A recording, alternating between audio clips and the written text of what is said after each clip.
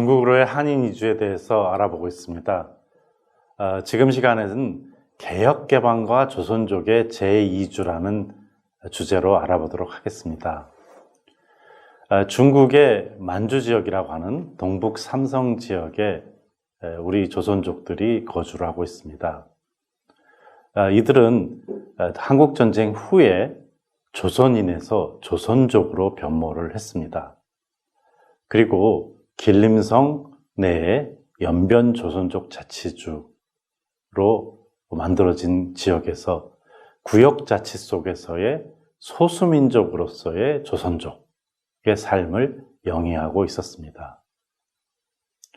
특히 중국은 이 소수민족화, 중국화를 진행하기 위해서 이 조선인으로서의 정체성, 한인으로서의 정체성을 희석시키고 중국인, 중화민족으로서의 정체성을 강화시키는 조치를 교육이라든지 정치적인 운동을 통해서 진행을 했습니다. 그 결과 반우파 운동이라든지 특히 문화혁명을 거치면서 조선족들은 많은 탄압을 받았습니다. 그리고 소위 조선인으로서의 정체성에 있어서도 어느 정도 훼손이 일어났다고 할 수가 있겠습니다. 그런데 또 국제정치적으로 변모가 시작됐습니다. 문을 닫고 있었던 중국이 소위 개혁개방을 실시한 것입니다. 여러분들은 지금 중화인민공화국을 생각하면은 이 개혁개방이 잘 생각이 안 나실 수도 있겠습니다만은 1949년 중화인민공화국이 수립되고 나서 1978년에 개혁개방이 이루어지기 전까지 중국은 주계장막이라고 불렀습니다. 그 정도로 외부 세계에 개방이 안 된 곳이었습니다. 그런데 덩샤오핑에 의해서 개혁 개방 정책이 이루어지게 되면서 중국이 외부에 문호를 열게 됐습니다. 이 외부의 문호를 열게 되면서 중국은 많은 중국인들이 이주의 자유가 생기게 되고 사실상 다른 지역으로 이주하면서 산업에 있어서 많은 변화가 일어나게 됩니다. 마찬가지로 이 개혁개방의 변화는 중국 동북 삼성 지역에 있는 조선족 지역에도 영향을 미치기 시작합니다. 우리가 한 통계를 보면요, 1990년 이전에 중국 동북 지역에 있는 조선족들을 볼 수가 있습니다. 조선족 전체에서 98%가 동북 지역의 농촌에 있었습니다. 길림 지역의 61.54%인 118만 명이, 흑룡항 지역의 23.56%인 45만 명이, 요녕성 지역의 12%인 23만 명이 거주하고 있었습니다. 그러니까 동북 삼성이라고 하는 지역에 대다수가 있는 것이고, 내몽고의 1.8%, 그리고 베이징이라든지 기타 지역의 1.7%가 있었습니다. 당시는 거주 이전의 자유가 전혀 없었기 때문에 대학을 가거나 또는 정부의 관리로서 지방에 파견되거나 또는 북경에서 일하거나 이럴 경우에는 소위 호구를 띄어서 이분들이 있었습니다만은 대부분은 이 중국 동북 삼성에 거주했다는 것을 알 수가 있습니다. 그런데 이 개혁개방은 이들의 삶을 근본적으로 변화시키게 됩니다. 조선족들이 다시 이주를 시작한 겁니다.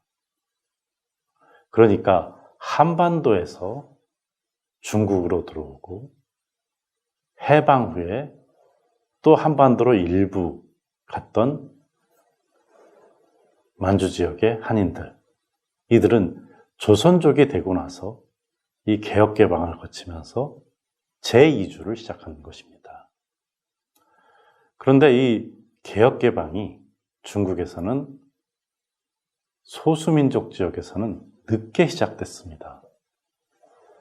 그래서 흑룡강성에서는 1984년도부터 개방이 됐고, 조선족이 가장 많이 거주하는 연변 지역에서는 1987년이 돼서야 개방이 됐습니다. 1987년이지만은 이것을 한국 입장에서 본다면 1988년도에 한국이 올림픽을 서울에서 개최하게 됩니다. 그리고 1992년에 중국과 수교를 하게 됩니다. 그러니까 그전에는 중국과 한국은 수교 상태가 아니었기 때문에 전혀 사람들이 왔다 갔다 할 수가 없었죠. 북한과만 중국이 수교를 하고 있었으니까요. 그러니까 조선족들은 북한 지역은 방문할 수 있었지만은 한국은 방문을 못했겠죠. 그런데 88년 올림픽을 거치면서 일부 조선족들이 한국을 방문하게 됐고, 그리고 친척이 있는 사람들, 한국 내 친척이 있는 사람들이 한국을 방문할 수가 있었습니다. 물론 한중 수교가 이루어지면서 대규모의 한국인들이 중국으로 투자로, 유학을 목적으로 이주를 하게 됩니다. 그러면서 이 사람들은 새로운 집거지를 형성하게 됩니다. 이것은 한국인들에 의한 집거지입니다. 그런데 대다수의 한국인들은 중국어를 할 줄 모르고 또 중국에 대해서 잘 모르는 것이죠.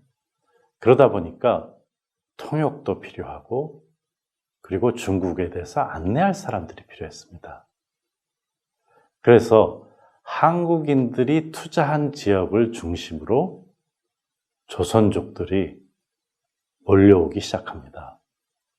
그래서 다양한 직업의 종사를 하게 되면서 한국인들과 조선족이 같이 집거지를 형성하게 됩니다. 그러니까 조선족들은 98%가 거주했던 동북 삼성 지역을 떠나서 소위 관내라고 하는 중국의 연해 지역들, 바다와 면한 지역들의 큰 도시로 이주를 하기 시작하는 겁니다. 그리고 그 이주 지역에는 일이 있는 것이죠. 한국과 관련된 일. 그리고 특히 일본과 관련된 일도 많았습니다. 왜 그러냐면 일본어를 교육받은 사람들이, 한인들이 많았기 때문입니다. 특히 한국어와 일본어의 유사성으로 인해서 쉽게 일본어를 배울 수 있었기 때문에 한국 기업과 마찬가지로 일본 기업들이 중국에 진출할 때 조선족들을 통역으로 많이 활용하기 시작했습니다. 그러면서 중국 내에서의 조선족의 이동이 매우 활발하게 일어났습니다. 또한 이 조선족들은 중국 내에서의 이동만 있지 않았습니다. 해외로도 이동을 시작했습니다. 이 열기는 중국 사람들 전체의 열기였습니다만은 조선족들이 처음에는 국경을 접하고 있는 러시아로, 그리고 일본으로 한중 수교를 맞이해서는 90년대부터는 한국으로 이주를 시작하게 됩니다. 그러니까 한중 수교 전에 이미 러시아로 많은 사람들이 이주해서 무역이라든지 다양한 업종에 종사를 했고, 또 일본으로 이주를 해서 유학생이라든지 일본 기업과 연관된 활동들을 했습니다. 그리고 한국으로의 이주는 친척 방문부터 시작해서 산업 현장에서 노동자로 일하는 이주를 시작하게 됩니다. 당시 새로 개혁 개방을 실시한 중국과 한국과의 임금 격차는 엄청났기 때문에 한국으로의 이주라고 하는 것은 어떻게 보면은 새로운 기회로 찾아서 이주한 것이라고 할 수가 있겠습니다.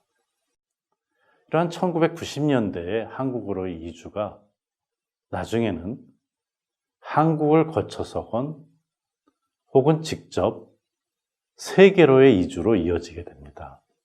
대표적인 이주 지역이 미국, 캐나다, 호주 이런 곳입니다. 그래서 결국 중국 조선족은 원래 있었던 만주 지역인 중국 동북 삼성을 떠나서 중국의 주요 도시들로, 그리고 러시아로, 한국으로, 일본으로, 미국으로, 그리고 전 세계로 퍼지게 됩니다. 이러한 개혁개방 후의 조선족의 이주는 이 조선족의 정체성에 있어서도 새로운 얘기를 만들게 됩니다. 그래서 지금 2006년도에 조선족들의 거주지 보면은 북경 천진 같은 수도권, 그리고 한국과 마주하고 있는 산동성, 그리고 상하이를 중심으로 한 지역, 그리고 광동성 지역, 이렇게 중국 내에서 이동을 했습니다. 그리고 2010년이 되면은 이미 한국으로 이주한 사람들이 50만 명이 넘어서게 됩니다. 물론 일본이라든지 다른 지역으로 이주한 사람들도 있게 됩니다. 그 결과 중국 조선족의 이주라고 하는 것이 개혁개방 이후에 새로운 형태로 이루어지게 되는 것이고, 이 이주가 뭐냐 하는 점이 중요하게 여겨지게 됐습니다.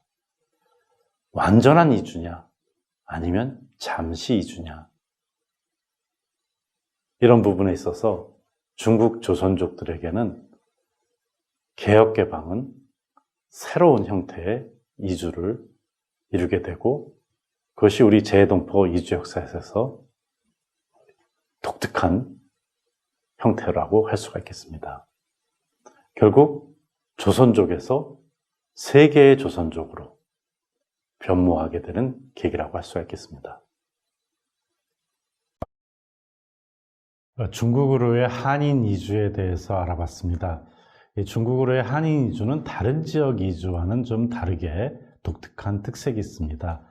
우리가 바로 강을 연접해서 중국으로 이주했기 때문에, 그리고 역사적으로 밀접하게 만주 지역이라든지 우리가 중국의 동북이라고 얘기하는 지역이 한인들의 원거주지였기 때문에 좀 특이한 차이점이 있다 하는 점입니다. 그 결과 해방 전까지의 중국으로의 이주 역시 독특한 특색을 보였습니다. 물론 일제시대 때 있어서의 집단 이민도 있었습니다만은 그런 특색 속에서 많은 사람들이 이주를 했고, 그 결과 중국에서는 중화인민공화국이 형성되면서 조선족이라고 하는 새로운 형태의 중화민족의 일원으로 규정된 우리 동포들이 탄생을 했습니다. 이러한 조선족의 탄생과 함께 중국사에 있어서의 78년 이후의 개혁개방은 조선족들이 다시금 중국은 물론 전 세계로 이주하는 현상을 나타냈고, 많은 수의 조선족들이, 80만 이상의 조선족들이 한국으로 이주했습니다. 그 결과 조선족이라고 하는 한국 내에 독특한 집단을 이뤘음은 물론이고, 중국으로의 한인 이주에 있어서도 다시 회귀하는 그러한 독특한 특색을 보인 것이 중국으로의 한인 이주의 대표적인 성격이다, 이렇게 얘기할 수가 있겠습니다.